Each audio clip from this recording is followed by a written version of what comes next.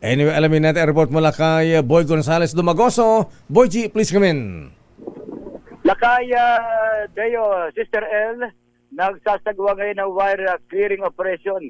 Ang lokal na pamahalaan ng Maynila, katuwang ito yung mga tauhan ng Meralco, mga telecom companies at cable company.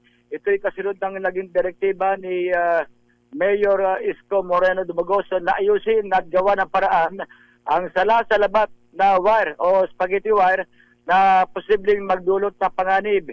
Sinimula ng nabanggit na aktibidad ngayong alas 9 na umaga dito sa area ng Norberto T. Street sa kanto ng Yuchenko sa Binondo. Kabilang din sa ikutan ang Escolta Street, Ongpin at Yuchenko. Nakita ng salasalabat na wire sa kada poste.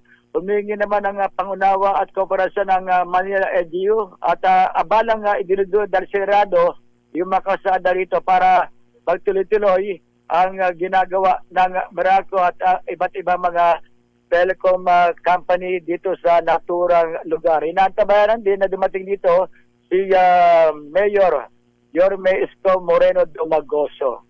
Ito si Boy Gonzales para sa Disaris, una sa Pilipinas, una sa Pilipino. Daming